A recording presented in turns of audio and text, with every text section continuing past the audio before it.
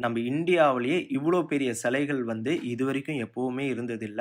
இப்ப தான் ரீசென்ட்டா வேற ஒரு இடத்துல வந்து இத விட கொஞ்சம் பெரிய சிலையா வந்து கட்டி வழிபட்டுட்டு இருக்கிறதா ஒரு சின்ன தகவல் தெரியும். ஆனா, இதுக்கு முன்னாடி பல வருஷங்களா இவ்வளோ பெரிய அற்புதமான பைரவர் சிலை எந்த கோவில்லயுமே கிடையாது. திருவண்ணாமலையில மட்டும் தான் இப்படி ஒரு பெரிய சிலைய வந்து நம்மளால பார்க்க முடியும்.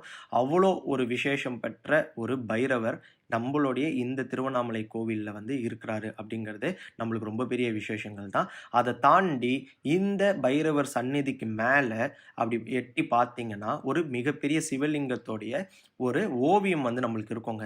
அந்த ஓவியம் என்னன்னா, எந்த டைரக்ஷன்ல இருந்து நீங்க பார்த்தாலும், சிவலிங்கம் வந்து உங்கள நோக்கி இருக்கிற மாரியே ஒரு 3டி ஆர்ட் வந்து இந்த இடத்துல பார்க்கலாம். அத தான் இப்ப நீங்க பார்த்துட்டு இருக்கீங்க.